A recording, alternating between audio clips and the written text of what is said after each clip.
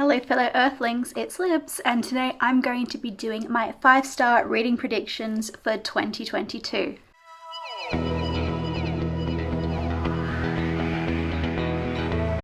I just dyed my hair. It was meant to be purple. It was meant to be purple. It was called Blueberry. And it's like, oh, it'll look great over brown hair, and it's done like barely a thing to it.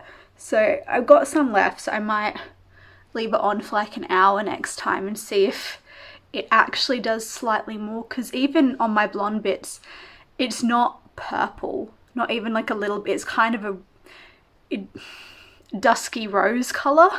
So anyway, that's my tangent. Book time. Ooh. Okay, that's a better angle. Okay, so I kind of had this concept last year but forgot all about it and didn't end up reading all the books that I predicted were going to be 5-star reads. So this year I'm really determined to actually read the books I predict are going to be 5 stars. I've organised pretty much every reading vlog I'm going to be doing for the entire year and the books I'll be reading in said vlogs. So some of these books are books I'm reading for specific videos. Some are just ones I really want to get around to this year, and I'm hoping this will push me to do it, because last year I only had 9 books that I rated 5-star. I will link the video up here so you can actually see what those 9 books were, but I want to actually have a lot more books I really enjoy, because I had like 20 plus 4-star books and they were great. But I just want to find a few more books that I absolutely adore. So hopefully this year will be the year. So let's crack on into it. What is this? What is this doing? Okay, I'm just gonna...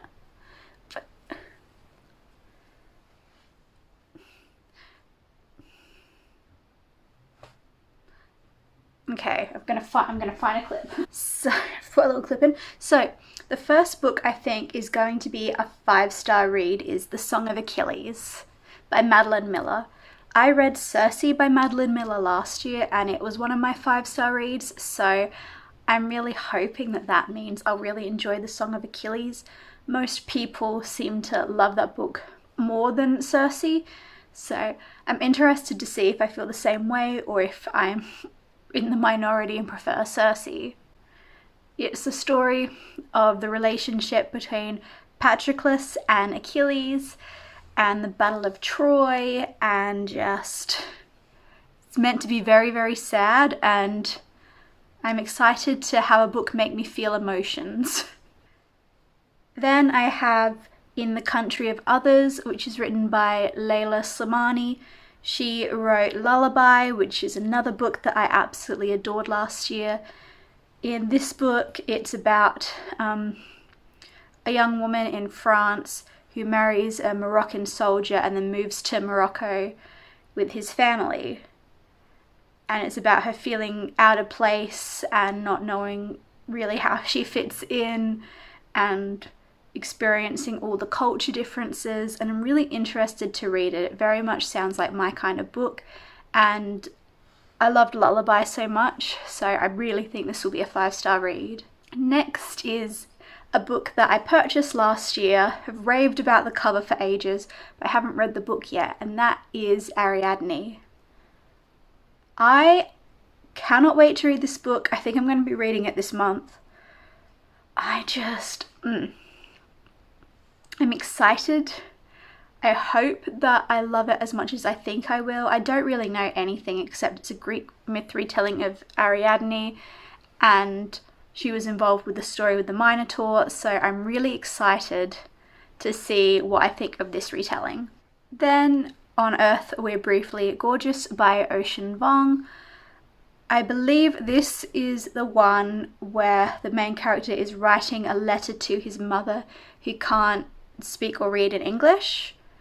And so I believe it's about him, the main character, expressing all these emotions that they could never actually say to their mother. It's meant to be really beautiful and poetic, and I just think there's no way I could read this and not give it 5 stars. Then The Mercies, which is a book that I heard a bit about, but not like a crazy amount of hype. I think this is about an island where all the men went fishing and then something happened and the men all died. So it's this island made up of only women. And then this priest and his new wife moved to the island because the priest thinks that there must be something evil or unnatural happening on this island because there are no men. So it sounds chaotic and like it's going to be very, I don't know, feministy vibes, and I'm very excited for it. Then If I Had Your Face, which is a Korean novel kind of exploring themes of like the toxic beauty industry and the fact that so many young women get plastic surgery in Korea. I don't really know much else other than that, but it's just such a, like, it's something I really want to read about, and I've heard people rave about this book, so I think it'll be for me. Next is 100 Years of Solitude. I recently learnt I'm a big fan of family drama, intergenerational stories. They seem to be my jam these days, so I think I'm going to really enjoy this book. I haven't read any Colombian literature yet, so I'm really excited for this to be possibly my first one, depending on when I get around to reading it. I don't really know anything about it except that it's really popular, really famous. I think there's some magical realism going on, and it's just, I'm hoping I'm going to love it. Then is a book that I don't think's been spoken about on BookTube very much, and that is Devotion by Hannah Kent. This is a story, it's a historical fiction. It's a historical fiction set in Germany when there's a lot of religious upheaval, and you've got groups who are leaving the country and fleeing to Australia. And it's about this young woman experiencing all of this, but it's also a sapphic novel set during a time where that wouldn't have been approved of. So I've heard amazing things about it. I'm kind of nervous to read it, but I think it will be really, really cool. So hopefully I'll get around to that soon. Then I have Restless by William Boyd. I know exactly which vlog I'm going to be reading this in.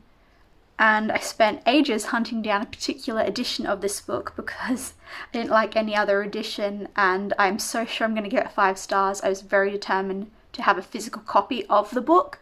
So, oh well. I watched a mini-series adaptation of this book a few years ago and really enjoyed it, so that's why I think the book's going to really do it for me. It's the story of this Russian woman who becomes a spy for the British during World War II, but then somebody betrays the unit she works for.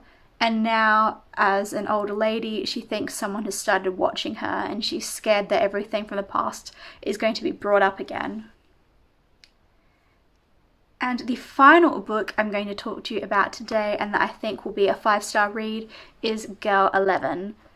This is like a mystery thriller book, and I think something to do about the people who, like, it's focused on people doing a podcast about it, and the killer is killing girls, like first to like 18, then 17, and it's going down through the ages. And I think that the main character's friend has a daughter who's 11, and so they're nervous that it will be her or something.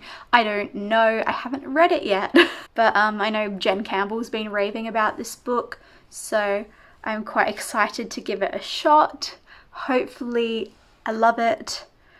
I really think I will. I'm really determined this year to actually read the books I predict will be 5 stars.